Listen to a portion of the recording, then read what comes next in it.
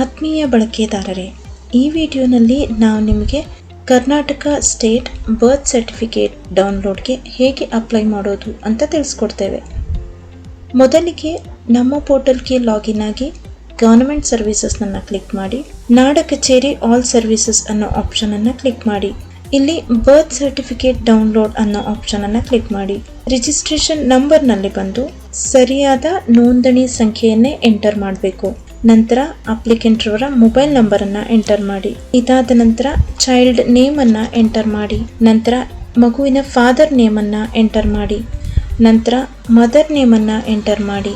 ಇದಾದ ನಂತರ ಚೈಲ್ಡ್ನ date of birth ಅನ್ನ ಮೆನ್ಷನ್ ಮಾಡಿ. ನಂತರ ಸ್ಟೇಟ್ ಅನ್ನ ಎಂಟರ್ ಮಾಡಿ. ಇದೆಲ್ಲ ಆದ ನಂತರ ಸಬ್ಮಿಟ್ ಫಾರ್ಮ್ ಅಂತ ಕ್ಲಿಕ್ ಮಾಡಿ. ಪ್ರೊಸೀಡ್ ವಿತ್ ಪೇಮೆಂಟ್ಸ್ ವ್ಯಾಲೆಟ್ ಅಂತ ಕ್ಲಿಕ್ ಮಾಡಿ. ಇಲ್ಲಿ ನಿಮಗೆ ವಿದಿನ್ 24 ಆಫ್ ವರ್ಕಿಂಗ್ ಅವರ್ಸ್ನಲ್ಲಿ ನಿಮ್ಮ ಅಪ್ಲಿಕೇಶನ್ ಪ್ರೋಸೆಸ್ ಆಗಿ ಬರ್ತ್ ಸರ್ಟಿಫಿಕೇಟ್ ಡೌನ್ಲೋಡ್ಗೆ ರೆಡಿ ಇರುತ್ತೆ. ಈ ವಿಡಿಯೋವನ್ನು ವೀಕ್ಷಿಸಿದ್ದಕ್ಕಾಗಿ ಧನ್ಯವಾದಗಳು.